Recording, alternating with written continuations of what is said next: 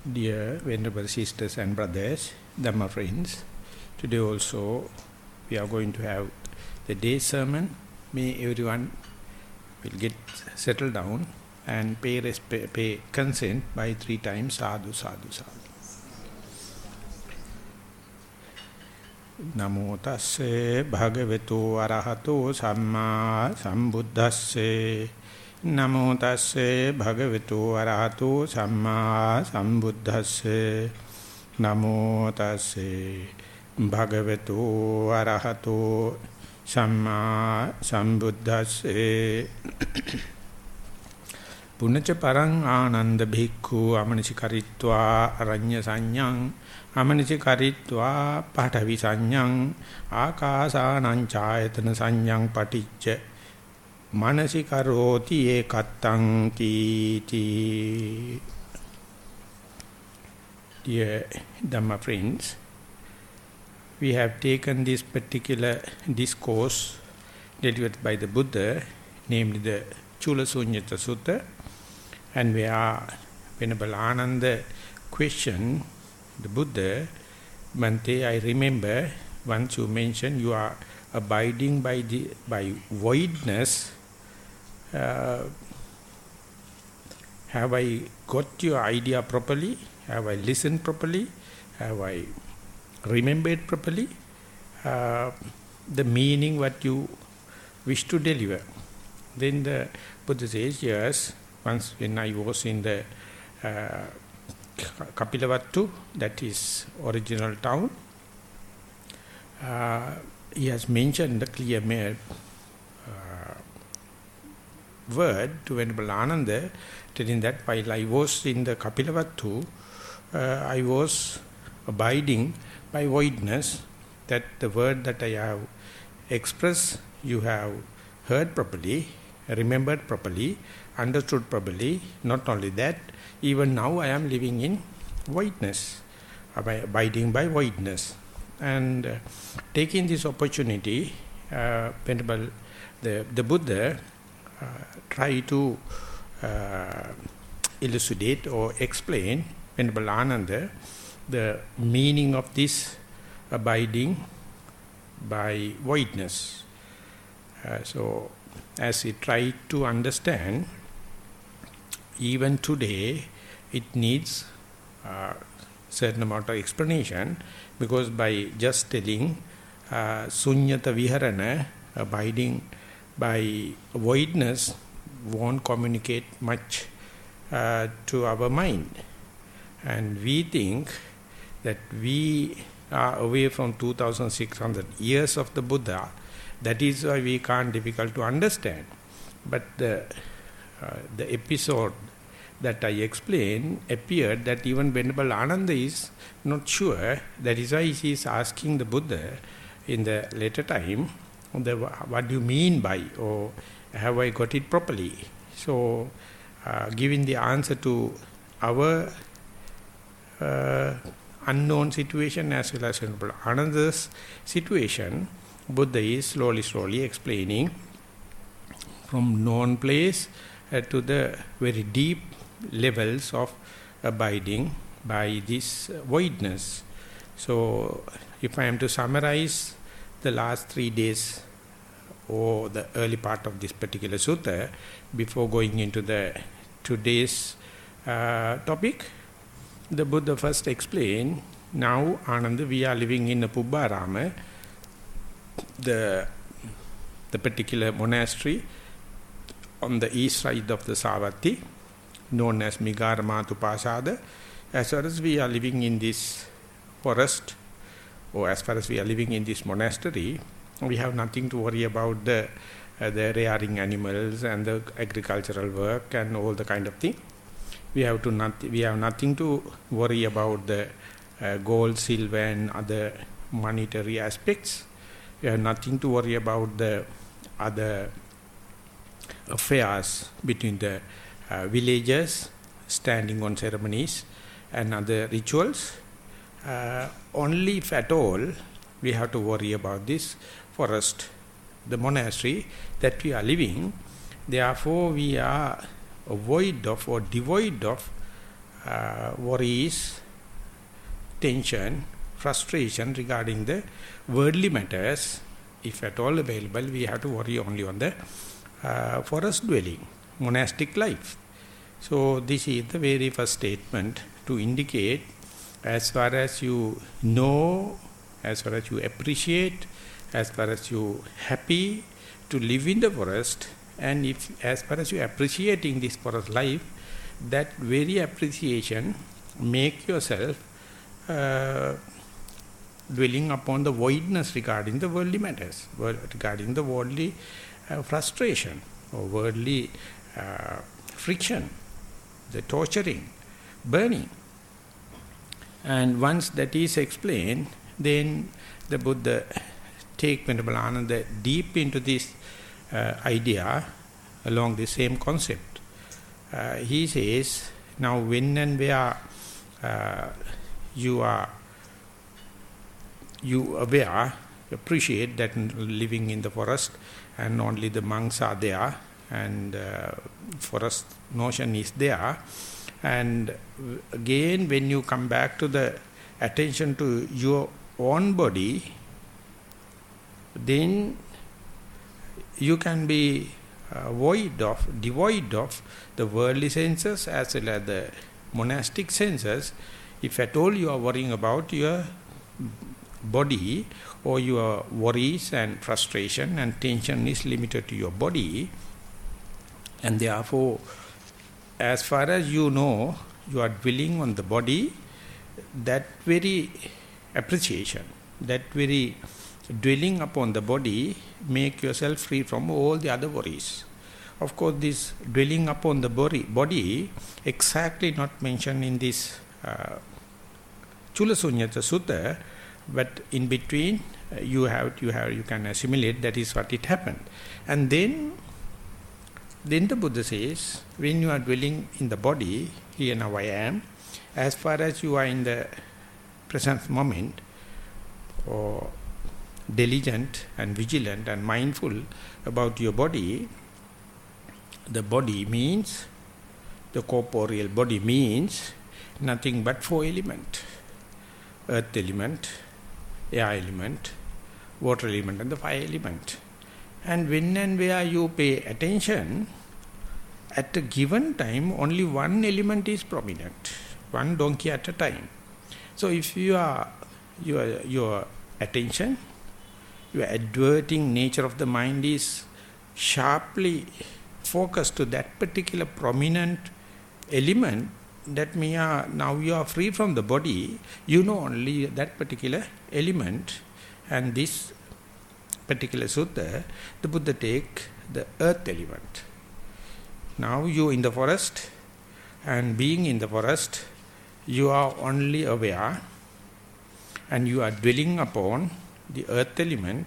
So as far as you know, as far as you are keeping the earth element under your very nose, that means so much so you are devoid of or dwell upon the voidness regarding the external matters, monastic matters, your whole body, your whole four elements, but instead active element, the prominent element is the only thing, if at all, to give worries or distractions or burning or friction, whatever may be.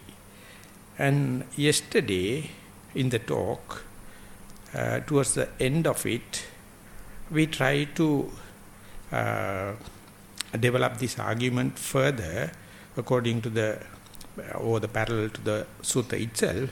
Now after introducing this earth element, then the Buddha explained the earth element ultimately dwindle it off or tapering it off and leading to the space or the endless space.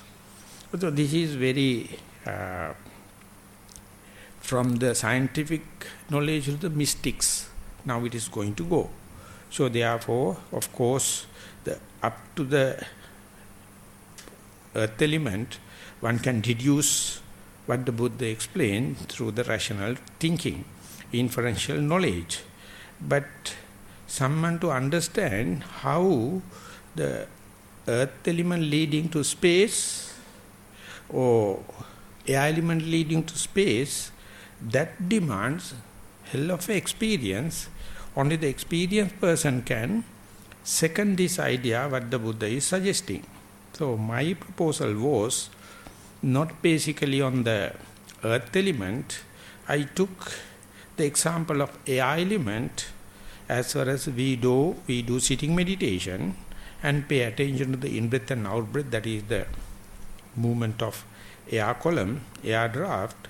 So when someone is quite familiar and face to face with the breath and continue to observe the changes of the breath, ultimately you, if you are successfully successfully maintaining your mindfulness, you can go from gross breath or gross air element to subtle air element. And if you facilitate and give the conducive condition to maintain the same trend, you may ultimately go into the very unperceivable levels of the breath. So that means you are reaching more and more to the space that is free of air element, and when and where you go to the subtle areas of the breath, you feel like you are in a huge space and there is no much of a friction, and the lack of breath also make a least frictional path if you are aware of it, and if you can facilitate the meditation. And that is how the vipassana yogi can understand the meaning what the Buddha has mentioned. So in samatha way, concentration meditation, it says as far as you are in the in-breath and out-breath, first and foremost, what you do is, you, with the help of this materialistic or air element based sign, or with this object, you do away with all the hindrances, the sensuous desire, hatred, sloth and torpor, and doubts, and remorse and regret. So when and where these four hindrances are done away with, instead of four hindrances, you are bound to earn jhanic factors known as vitakka, vichara, piti, sukha, ekaggata. So, as far as you are in kamacchanda, that sensuous desire, that means mind is scattered, jumping from one object to the other without any agenda, without any control. But instead now take the air element, in-breath and out-breath, you try your best as much as time permits, as and when the breath is prominent, to keep on this single neutral object. More and more you keep the attention, the stream of consciousness with this breath. That means knowingly or unknowingly you are doing away with this sensuous desire or multivarious entertainment of the mind. So therefore one-pointedness will replace the sensuous desire. And as far as you keep on continuing with the breath, when and where you become more and more successful, when and where you become familiarized, when and where you become seasoned with the breath, a little bit of gladness, happiness, rapture going to start. More and more you with this appreciation, gladness, rapture kind of, your hatred will be suppressed, and this gladness will take in turn the upper hand, and that is how you are doing away with this irritation, hatred, fault finding, all the kind of thing. And as far as you have adverting mind or applying thoughts. When and where in-breath happen, if you note it as in-breath. When and where out-breath happen, if you note it as out-breath, that when applying thought is known as vitakka. This is a kind of a slow release of energy. So it is going against with this sleepiness, slimy nature, sloth and torpor. So when and where you feel sloth and torpor, what you have to do is, before the sitting meditation, you have to do walking meditation. That is charging your battery, fully energized. And while in the sitting meditation, if you supposed to feel the slimy nature, then you have to applying thoughts. That is, in the present day, it is called labeling and naming.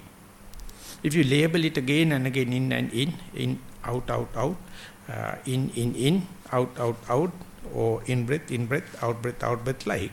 So this is how vitakka is going against thina middha, sleepiness. And as far as you have vichara, that is inquiring mind, what is the difference between the in-breath experience and out-breath experience? What is the difference between the beginning of the in-breath, middle of the in-breath and the end of the in-breath?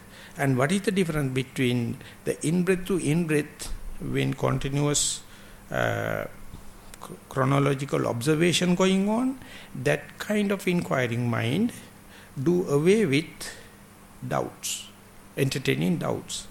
So if you have any kind of floating, doubting, entertaining doubts, that means you are plunging into the object, tasting of the object, experiencing object, or in the meditative jargon, the vichara or inquiring mind is lacking. So there you can do something according to your experience, your theoretical understanding and your past mistakes. You can do. Exactly the sukha, the pleasure, come into being. You will never, not you will, but the mind will never go to past and the future. It will see the breath is beautiful. That is what Ajahn Brahm, all the time when and where he mentioned about this jhanic experience, he talk about beautiful breathing. So you find the breath is the totality of the universe. In-breath is completely giving you the full energy, fullness, contentment or satisfaction or saturation. So you find not necessary to go to the past and the future. As far as you are fully dwelling upon the in-breath and out-breath, so there won't be any kind of regret and remorse.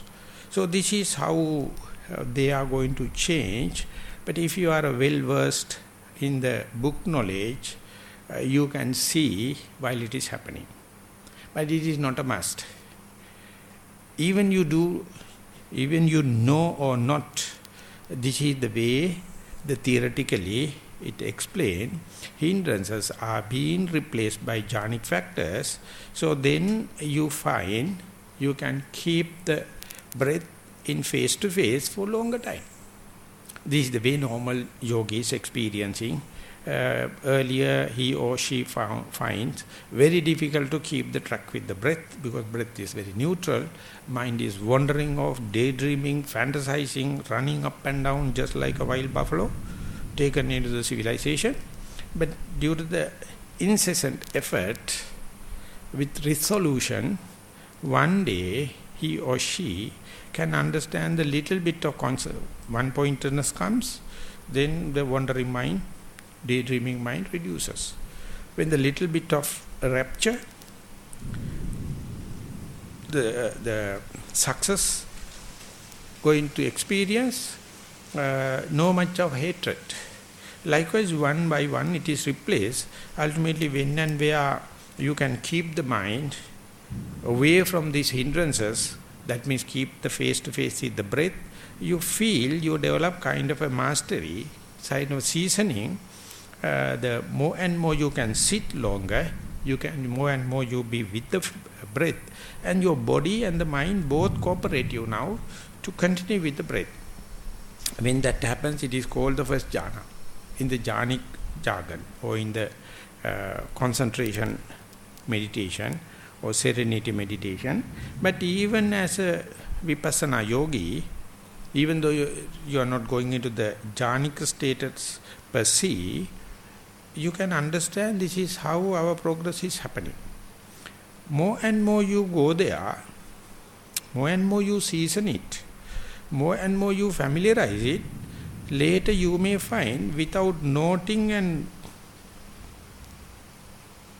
comparing in-breath and out-breath, mind become more familiar, mind become more friendly with the breath. That means without vitakka vichara, you can do the same thing. Oh, it is happening the same thing. So when that happens, if someone is well mastered and try to do away with the vitakka vichara, but yet to see the mindfulness is continuous, still you are face to face the breath, then your rapture increases, the pleasure increases, one-pointedness increases. It is like the plane put into autopiloting. The pilot is just in front of the dashboard, but he put into the computer, things are happening. They are balancing and he can see all the data and parameters, things are happening, but still he is fully vigilant, fully diligent. Once in a way he may teach the co-pilot, telling this is how it is happening. But last time when I visited the cockpit, I asked him, because I told that often I am using this term in the meditation, put into the autopiloting, can you please demonstrate? And he was so happy because his wife was a meditator. He apologized, he is not meditating, but wife was a meditator. So he told, this is what the Bhante, now we are in, when we are taken off, it was 200,000 kilograms. Now it has 25,000 kilogram reduced. Now we are in such a height. And he says, when the plane is gathering the momentum in the runway, it is the heavy responsibility of the captain. So he asked everyone to come to their own seat, put the belt, and make the plane symmetric. And everyone has to listen to the captain's command, even to the crew. And then once it is taken off, he says up to 100 meters, I have no rights to put the machine into autopiloting. And after 100 meters time, I have option. If I wish, I can take the situation under my control, or I can put plane into the autopiloting. This is how it works. Now I have the relationship with the control room. I have 4 computers filtering data. One computer is checked by the second, third, fourth. So therefore anything goes wrong, I can compare, or computer can compare, I can see. And on the way, each and every control room in the airports I am tackling, and they also give the orientation. And GPS, 3 satellites are giving me the orientation. And I have a handbook. Early my teachers have written, if something goes wrong, this is you have to do. So therefore I have 4 parameters to check whether things are happening properly. Then he, as a demonstration, he removed the autopiloting. Then he says, now plane is a little bit moving. So now he says, now I have to control each and every parameter. But otherwise, we are in such a advanced technological age, we can put into parameter, put into autopiloting. Exactly in the meditation, as far as you are noting, as far as you are discerning this is in-breath and out-breath, as far as you are discerning this is the beginning of the in-breath, middle of the in-breath and end of the in-breath, beginning, the middle and the end of the out-breath, that means you are the pilot, you are the captain. Now still the machine is not taken off. It is still either on runaway or it is gathering the momentum. And after a certain amount of maturity, you feel, without noting, the object becomes somewhat mastered. It never run away. Even if it is running away, naturally mind come back to the object. When it happens, you must release the clutch. You must let the meditation to run by itself, but your vigilance, your diligence, your mindfulness must be double-fold. You must understand how the trained mind, mindful mind, is going to take the helm, and you can cooperate if you have the confidence. One thing I can mention, if you have no confidence, if you are entertaining so much of doubts, then again and again you have to note the primary object, keep the relationship with the primary object. More and more you note, I would put the word within bracket, unnecessarily your concentration will be disturbed. So therefore, if you have the confidence, if your mind is not entertaining doubts, you are adventurous, you do different testing, put different radical things, and you just let the meditation go by itself, and there you find without much of your involvements, now the function of noting and discerning is now naturally happening. So whether it is you do or whether it is happening, the data you gain to see as and when the in-breath happens, I know this is in-breath, without noting or with noting. As and when it is changing from the in-breath, out-breath, you know these are the intrinsic characteristics of the in-breath and out-breath. These are the discernment or difference. So these must not be released. Earlier you were doing, now it is happening. So this is how in the serenity meditation, first jhana to the second jhana going to happen. This is as far as you are not manipulating, as far as not you are monitoring, as far as you are not piloting, the rapture will be increased and the concentration will be increased. Still, if you are going to manipulate, if you are going to do juggleries with that, your gladness will be reduced, your the beauty of the breath will be reduced, your concentration will be reduced. So therefore, you have your own rights or your own will to experiment with it. My personal observation is, people those who have vipassana inclination, they always do experimenting, but with the responsibility. They know if I do little jugglery, definitely mindfulness will be little disturbed, concentration will disturb, but never mind, I am ready for the responsibility. But those who are so imbibed and addicted or attracted to concentration, they never do anything new. They attracted to the concentration. So when and where something happens, they entertain doubts. They need more and more clarification and interviews. So this is not a personal mistake.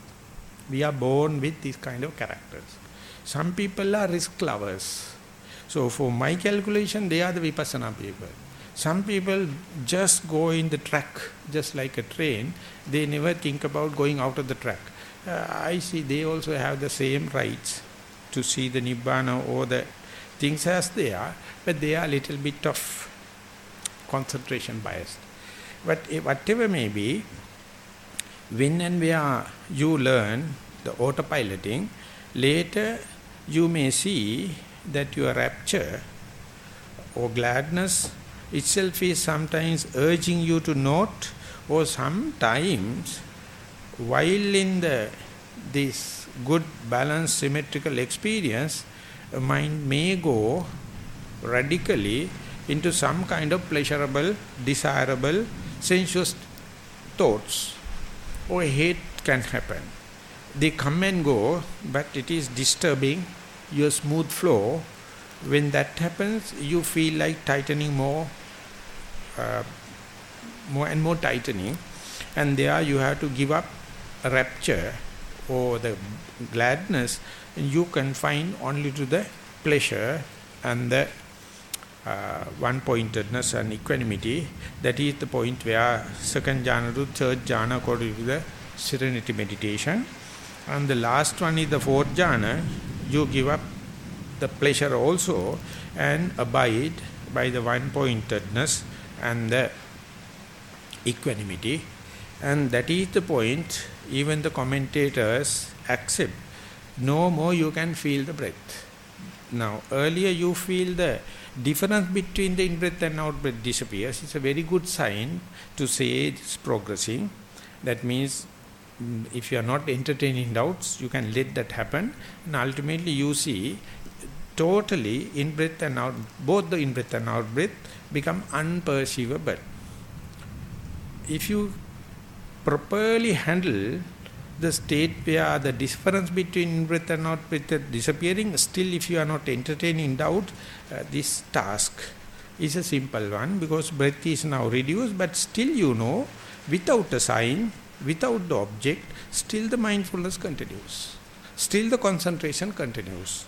It's like without a pilot, the plane can run. So when that happens, if you have so much of desire and attachment to your body and your outlook, you will be a failure. Because you find your control to the body is now slowly reducing. If you have your so much of desire and attachment to your soul, again you will feel you are losing the control. So therefore it is a test. If you are ready to forego your body or attachment to your life, then huge amount of immaterial pleasure is waiting as a gift. Instead, if you go back to the body, if you are more concerned about your life, then your familiarity with the immaterial pleasure will be sacrificed. So therefore, this is, even though it is in the serenity side, this is a challenge. You can't underestimate it, telling that the jhanic experience is insignificant. Of course it is significant, because it needs certain amount of generosity, certain amount of giving up of your desire to the body and the life, then only this immaterial pressure can happen. The main point that I am going to make is, more and more you go into the one-pointedness, less and less you feel the breath. That means air element reduces and ultimately end up with space. When that happens, as I tried to explain yesterday, you can feel mindfulness without an object. You can feel mindfulness, continuity of the mindfulness without a sign. And sometimes, once your mind becomes familiarized, once your mind becomes seasoned, you may test and experiment and see the difference between me and not me. The border disappears. You can't now say this is me and this is not me. The margin, the border disappears. It is, that very disappearance is a threatening thing, fearful thing for a person who is so desired with his or her own body. If has so much of attachment to the life, they will never go forward to experiment and see the margin between me and not me. This is this is not mine. Margin disappears, border disappears, you become boundless. So when that happens, this is a good sign. The mind is entering into the space. That means a shuttle or the rocket is leaving the gravity of the earth. Now it enters into the space, and when and where it goes, it has no reference points to see whether it is moving or rotating. No side objects to see, and day's cycle of 24 hours disappeared. Throughout the day you can see the sun, and you are rotating on yourself, and the control room people can't understand what are the astronauts are experiencing. Exactly the way the book reveals, those who are theoreticians never can imagine about this kind of experience, because then onward your knowledge is no more linear. It is in the matrix pattern. Many openings are happening, many windows are opening. So for a person who is risk lover, this is a hell of a joy, hell of a exploration. But those who are very systematic and never try to do any experimentation, it appears like a very fearful, very uncertain, quite beyond your control. So they start to feel nauseatic. They start to feel very boring. They start to feel very uncertain, monotonous, and therefore they don't know why they get up and go. All of a sudden internally urge happens, you develop so much of uncertainty. So that is why the Buddha says, even though the meditation, the system leading from materiality to the immateriality, your very appreciation, your very acceptance is a completely different aspect. So if you wish the shifting of paradigm, you have to really be aware of it or be prepared.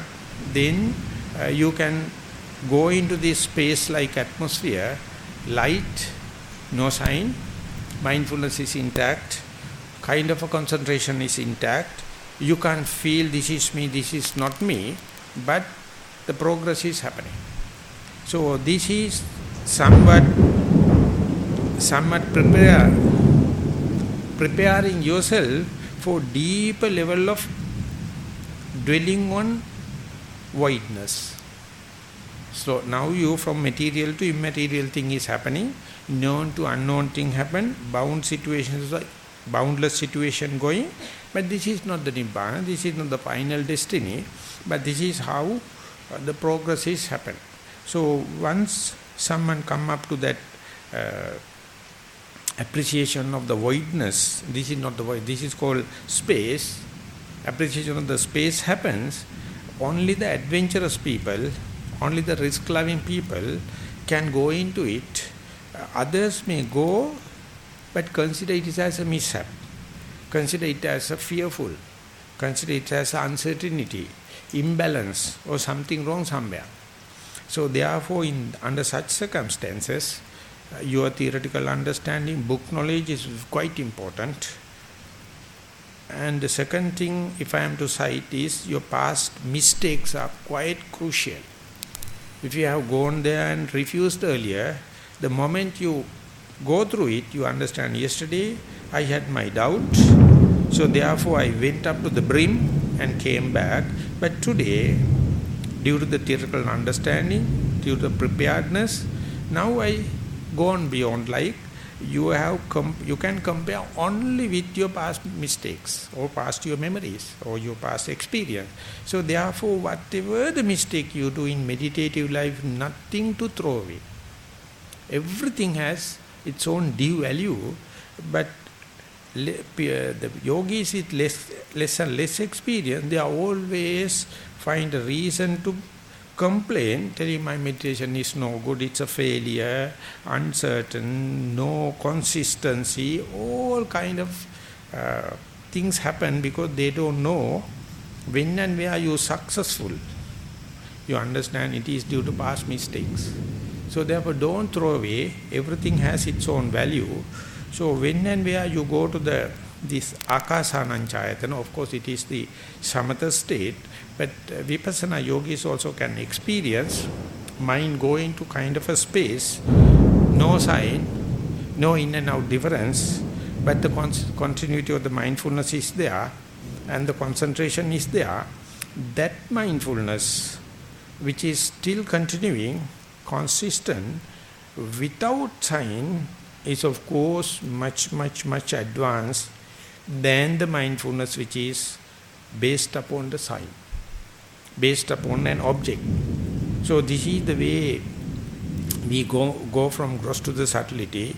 So when someone goes to come up to that kind of a level, the Buddha says, he now knows akasananchayatana sanyam paticca manasikarosi ekatta. He knows now, passing layer by layer or shedding the worn out skin one by one, now my mind has come to this entertaining appreciation of the space and no fear, no uncertainty, not entertaining doubts, no boredom, no monotony. Instead, this perception going to give a confidence so that he or she will plunge into this space, and it is called entering into. That is what yesterday we try to understand. Mindfulness is recognized as it is plunging into rather than wobbling on the surface. So at the beginning, each and every yogi wobble, go into the space kind of a situation and become dizzy, become nauseatic, become bored, become monotonous and come back. The moment enter into, understand this is the way, what you call the steadfast mindfulness. Supatitita sati. Now the mindfulness become well established, steadfast mindfulness. Up to that level also there was a kind of a mindfulness. It is on and off, coming and going. Sometimes you know it is going and still you know it is going. But now it become predictable. It become assured, and that is called steadfast mindfulness. So when that steadfast mindfulness happens, his appreciation increases, his understanding increases. So this kind of a reinforcement, this kind of a galvanizing of your very experience never happen overnight. Never happen by single experience. You have to do it again and again. You have to let the mind go through these episodes again and again, second time, third time, fourth time, fifth time. Sometimes within one sitting meditation, it goes and coming back in 10, 12 times. You again feel the breath, and then when you are meditating upon the breath, again go back to the space. With the shock again you get up, breath is cross, sounds are there, pains are there, thoughts are there. Without much of disappointment, if you again select the breath and focus the attention, again the breath go into the subtlety, and again you can feel this space, this signless situation. So sign and signless both become two sides of the same coin. So much so, in a sitting, you understand, whereby you familiarize this signless situation. You familiarize this boundless space, and when it is happening, you now learn your own ways and means when it happens, how to plunge into that, how to enter into that without entertaining doubts, without much hesitation, without hassle, without bewilderment.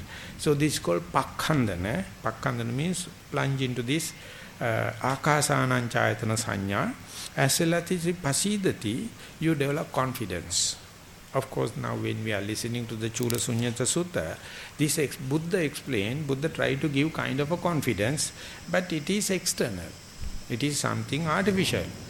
Now later, when you are practicing, again mind goes into the in-breath and out-breath, again it's wandering off. Again sometimes go to the subtlety of the in-breath and out-breath and the space. So when this happens, you can understand the proximate factors to this space, and proximate factors again that means disturbance and the gross breath to appears are enormous. And first time you may ask, why my mind is from the space and calm situation, again the shocking happens, awakening happens, or shaking happens, again the breath becomes gross, and what should I do, like a lot of questions happening. But there is no single factor. 1001 factors are there from this boundless space to completely shatter off, and again you get shocked, and the gross breath happens, feeling happens, sounds happen, thought happens. But if you have enough confidence, you will never get discouraged, you will never complain. Instead, you will again see your breath as your primary object, again with the breath as a beginner. That is the point. You have to learn how to be a beginner. That is called beginner's mind. Even though you have experienced very deep layers, very deep states of this space, that does not indicate you are completely got the ownership of it. You have the member, you don't get the membership of it. Again, you will be thrown away into this chaotic, messy situation. But your re-entrance to space is not permanently shut off. Again, you can go there. That does not indicate you get the permanent residence in the space. Again, you will be come out. So this going out and coming in is the what we call seasoning. Is the what we call mastering. So this you can't do in your deathbed. You can't do it in your old age. That you can't do it when you're sick. So this mastery has to happen when you are in the prime of your age, when you are in good health. So therefore, investing your good health, investing your precious time on this kind of a thing, if you are expecting any kind of appreciation from the world, you are an utter fool. Never. World is always asking political gain, social gain and economical gain. If you ask your parents, dear mother and father, I wish to practice and go into this space and therefore please give me permission, do you think that they will understand, touch your head and say yes, son, and sort of go and talk to it? He will say, you go to psychiatrist. He will say, go to asylum, something wrong with you. And if you go and ask your boss in the office, telling that I now feel the frictionless path, I feel the comfort zone, and it charges nothing, it is just the mere air, and I need little space to go and do. Do you think that he is going to sign for your annual leave? No. So they are the kind of parents we have. They are the kind of leaders we have. So therefore don't misunderstand it. This is none of their business. You must try, you must understand how to find the time, how to find the space, how to find the motivation. And if you expect time, space and motivation from outside, you are utter fool. Utter fool. Never. Never. Therefore, the meditators are recognized as rebellions. They are going against the grain.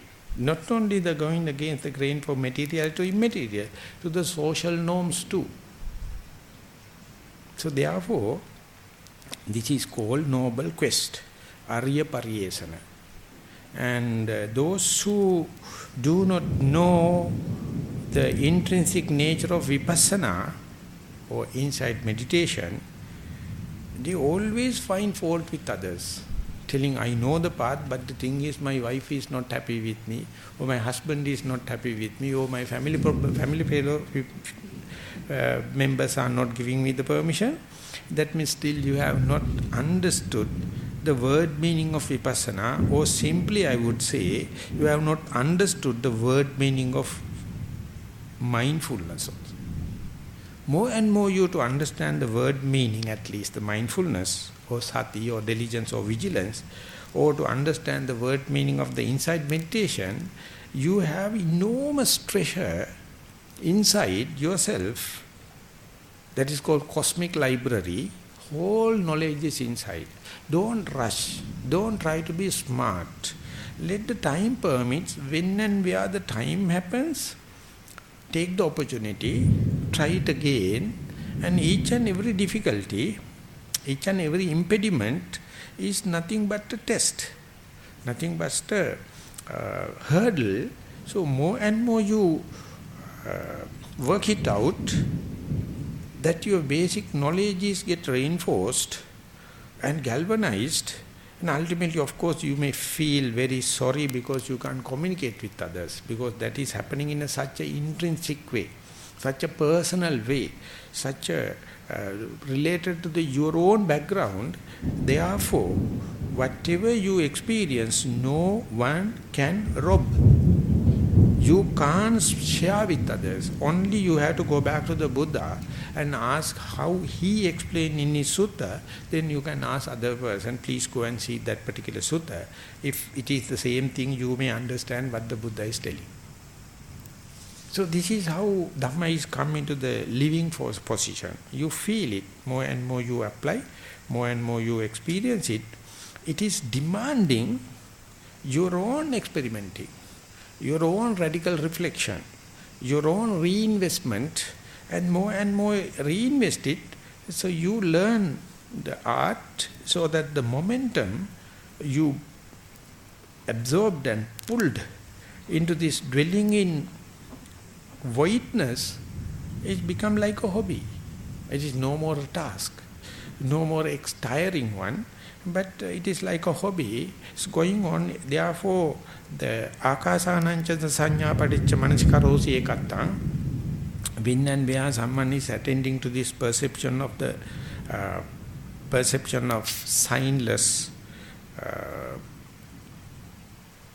mindfulness, and still be singleness, one-pointedness with this one, is not human. It is not human. It is not rational. But you can experience it. So this is a kind of a middle way test for someone to understand. And when and where it is happen, more and more if you get confidence of what you are experimenting, that indicates now knowingly or unknowingly, under the carpet, your likings and dislikings are changing. Your personality traits are changing. Your habitual or habits are now ready to discuss openly, and you can rethink and reshuffle it. So these, the changing of the likings and disliking, or changing your personality traits and changing of your habits, need long time treatment, or it's a matter of time. So when such a thing happen, don't try to push, don't try to accelerate it, don't try to try to get smart.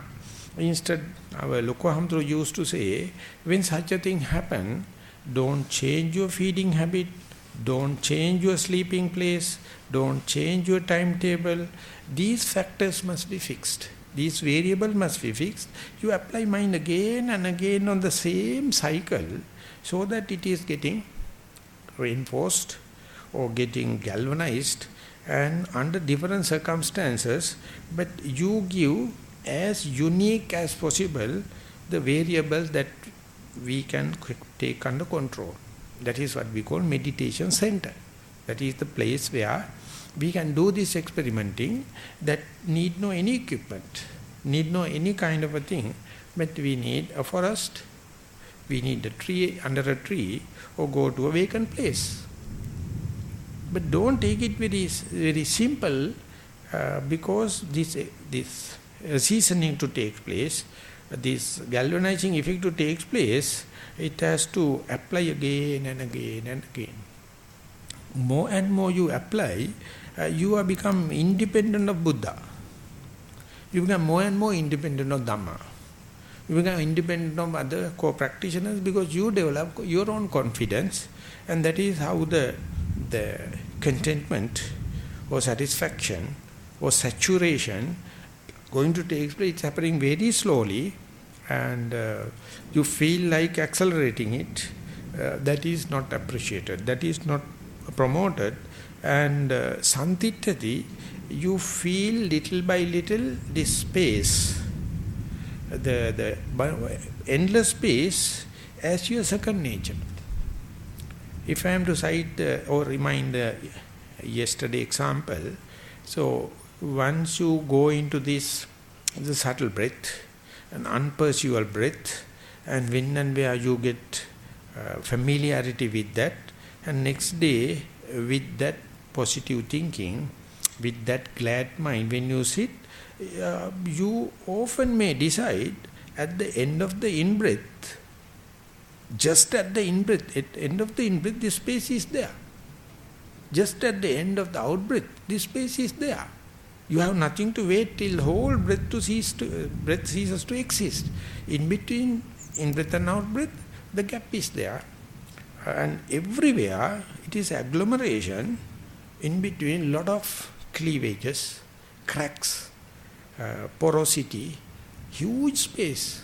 So more and more you develop this space, you find the matter, so-called matter, is insignificant with respect to the space. That is what the Newtonian physics to the Einstein physics happened. Earlier physics was talking about the whole world. Nowadays matter is only 4% of the volume. We don't know about the 96%. They are called dark matter and the dark energy. No equipment can measure. No, our sensual organs or faculties can measure. Undeniable. So that is how you find each and every material. It's a kind of a show off.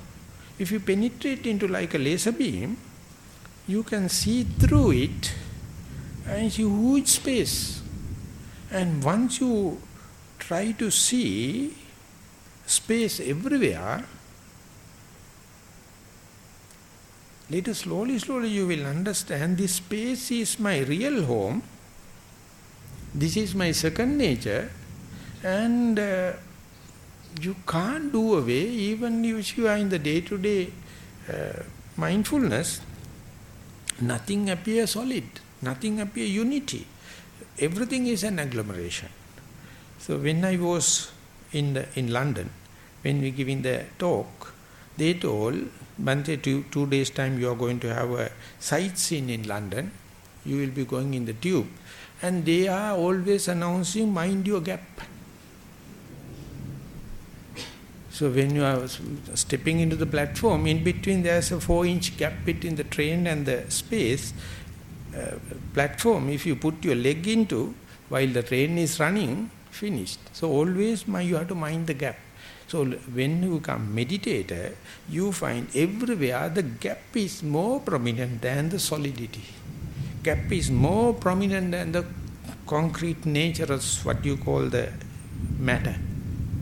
This is how it is happening, and even though you're bound to see so much of cracks, so much of cleavages, porosity, still you feel kind of a confidence, kind of a establishment, and that is because you know whatever the way you're going to hide it, telling this is very solid, very everlasting, very representative, you know it is momentary, it is changing, it is once come into the time space only it show this color.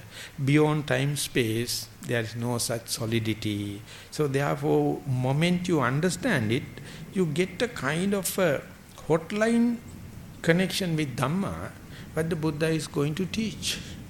And you feel kind of a confidence, and that is the way you understand this as your second nature. This is the way the mindfulness become well established, or satipatthana. The mindfulness established not on a solid sign or an object.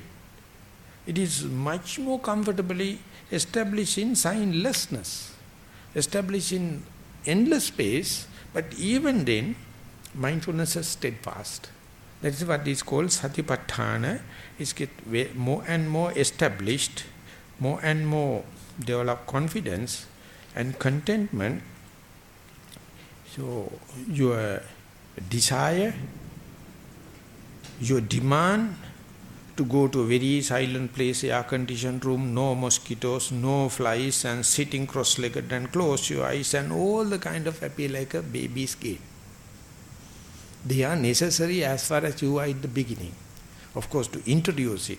And once you familiarize it, exactly the same thing you can see in the walking meditation, exactly the same thing you can see in the day-to-day activities, and more you become familiarized, exactly the same thing you may see back at home while you are doing multitasking. So here we have controlled a lot of variables and fix only to one particular thing and try to penetrate through, and once you see it, it is everywhere. That is what in science they call holographic explanation. Everything represents one and one represents everything.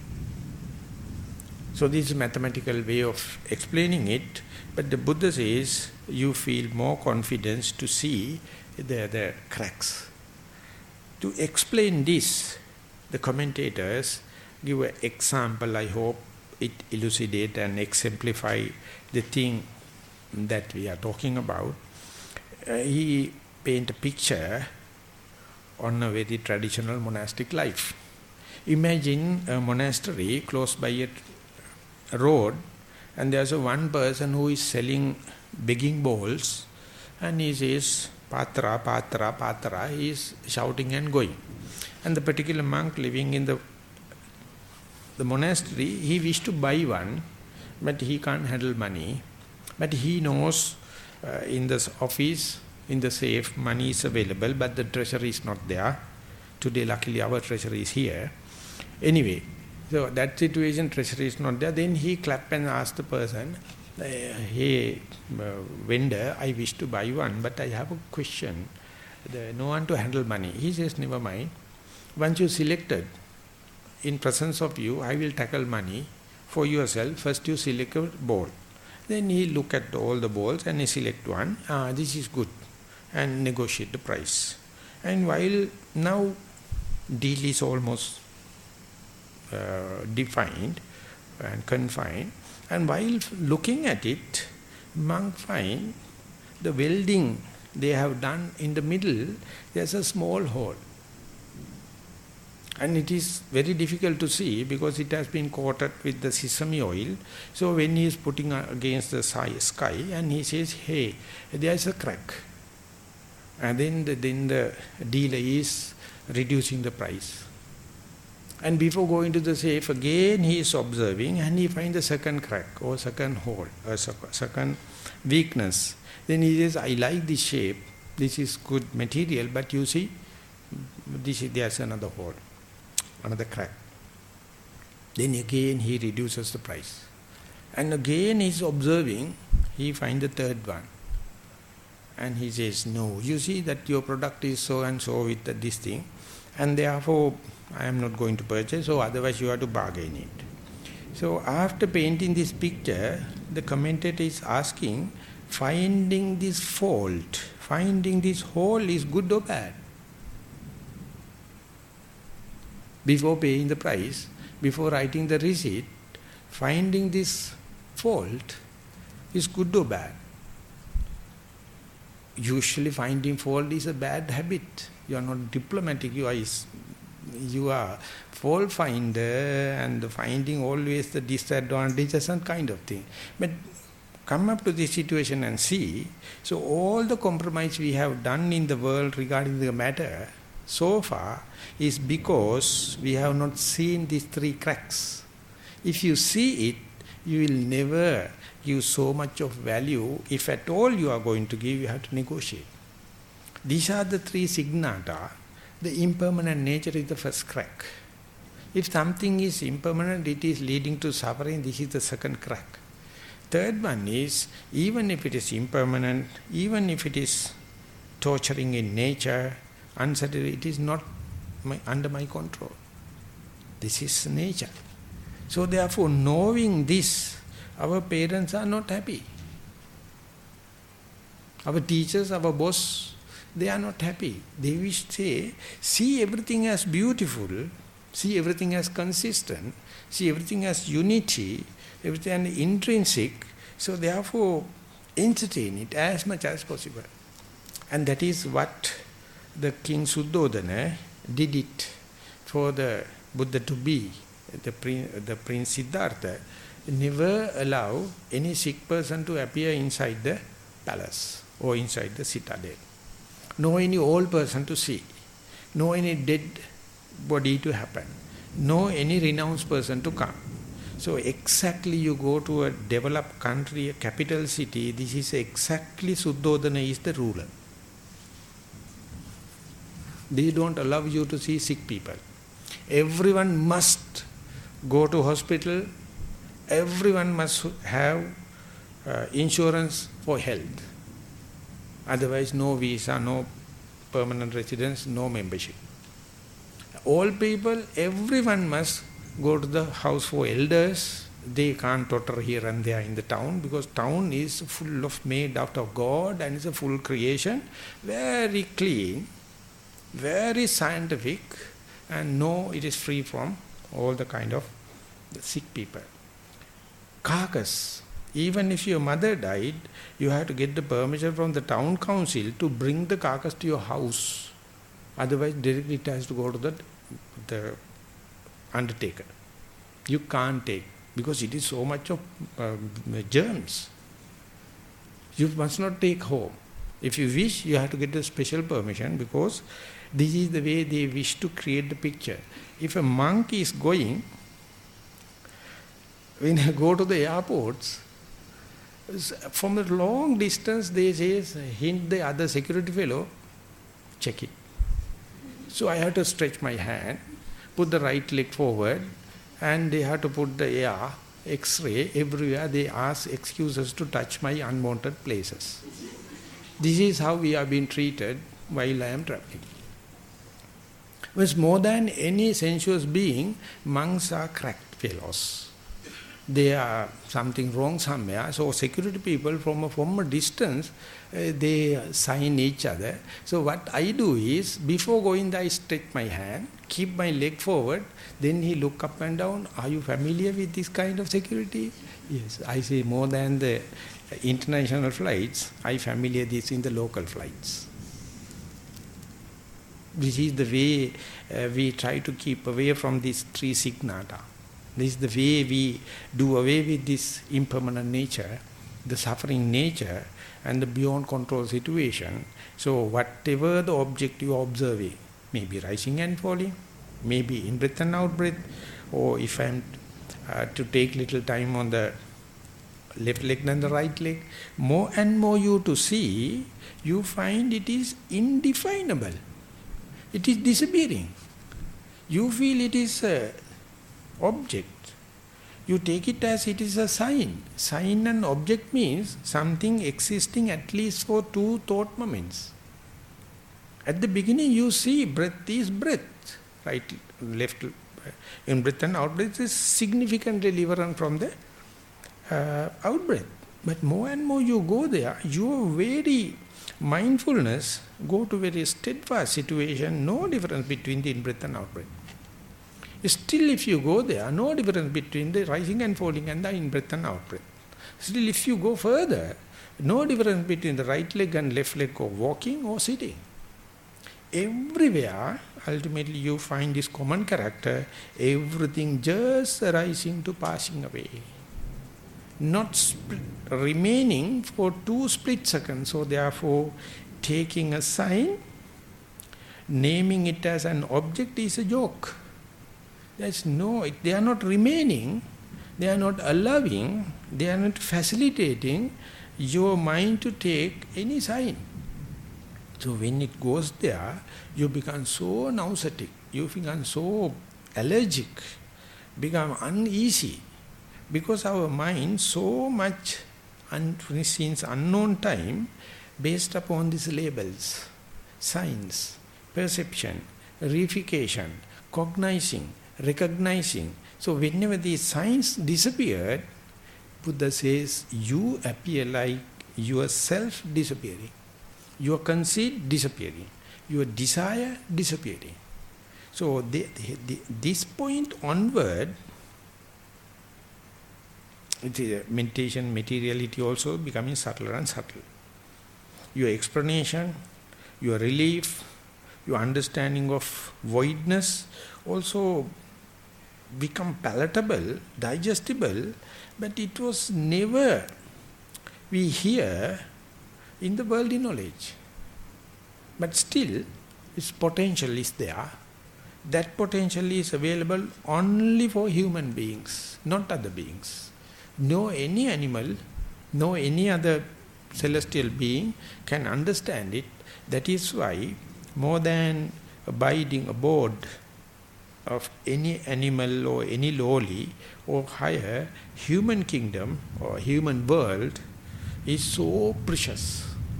But if you are not using this opportunity, if you are just living for the pleasure principle, only for the sensuous pleasure, only for one-upmanship and fighting with the others, only for the political gains, only for the social and economical gains. So it feels so compassionate for this kind of people living maybe 100 years or 120 years. Throughout their life, they never thought of abiding by or living by this voidness. They find that this voidness itself is nasty. It's very cursing. It's destructive. It's nihilistic. But the Buddha says, voidness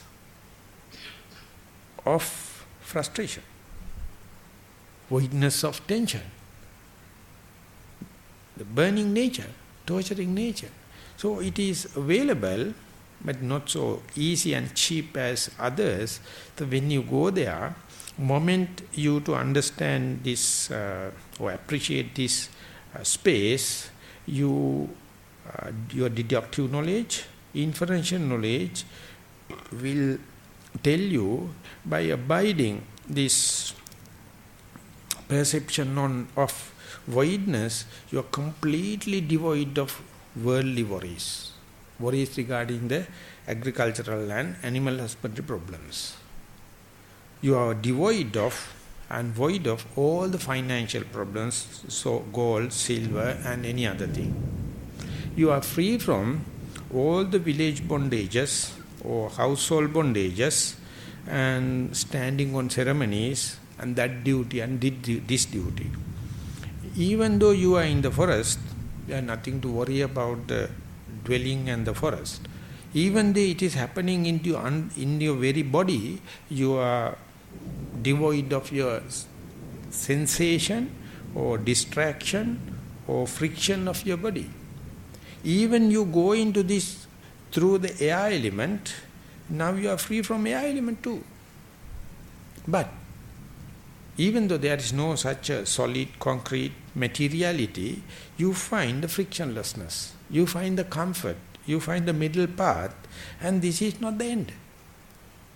Now you have to imagine, as far as I am appreciating, as far as I am taking this space or boundlessness situation as my second nature, how much relief. Of course, moment you do away with this abiding by this boundless space, this whole gamut of chunk of heaps of frustration is waiting to come and infiltrate.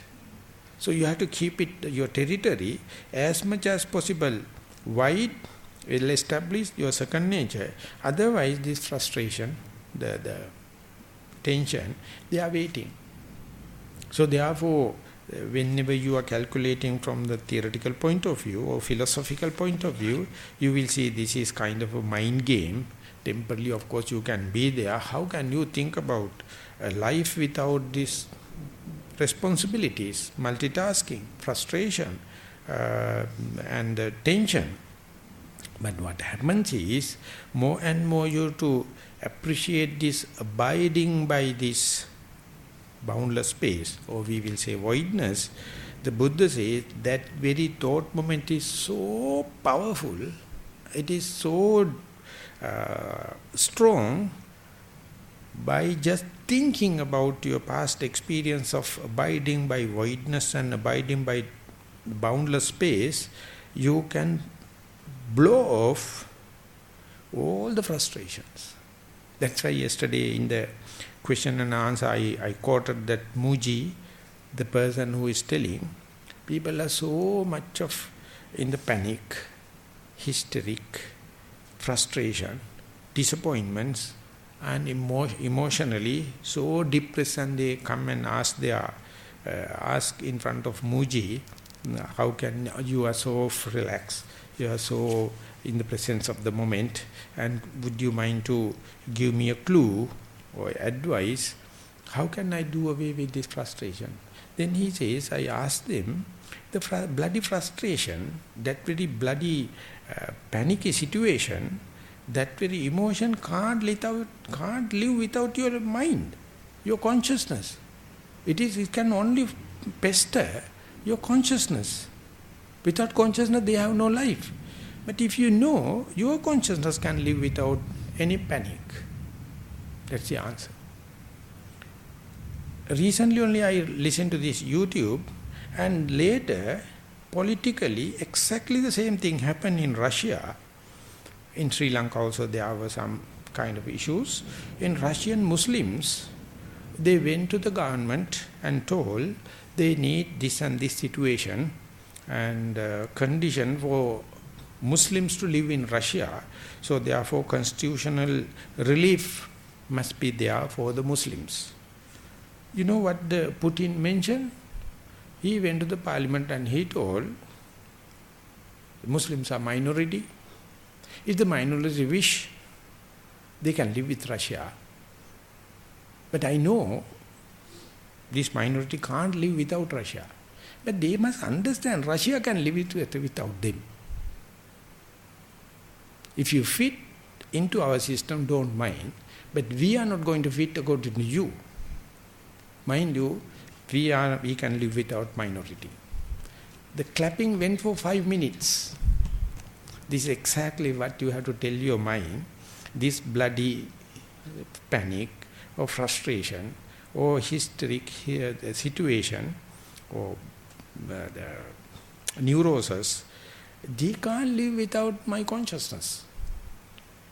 But my consciousness can live without them. As far as I am dwelling upon the in-breath and out-breath, as much as I am dwelling on my own body, here now I am, as much as I am dwelling upon this boundless space, it's completely free of panic, completely free of frustration, completely free of emotional situation. So it is not going to say I am completely free of emotion, but I know an alternative as far as I can, I have the access to this boundless space, or air element, or earth element, or at least to my body, no frustration can live. So this is the way the Buddha give. Of course it is partly out of your own experience the confidence happened, but the Buddha also give kind of an inferential knowledge, rational knowledge, knowing that as far as I am living on this boundless space, I am free from household problems, I am free from multitasking problems, I am free from social, economic, political problems, but little bit of uneasiness is there because I am living upon something boundless. That is little frustration, but it is known area. I know it. So therefore, Sunyatha mitan sunyagatang aranya sanya. I am now free from the monastic friction and distraction, and free from all the other external thing.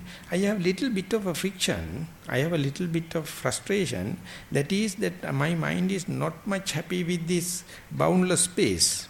My mind is not much happy with this voidness, but when compared to the amount of frustration that I have pushed away, taking this little bit as a pivotal point, this is worth.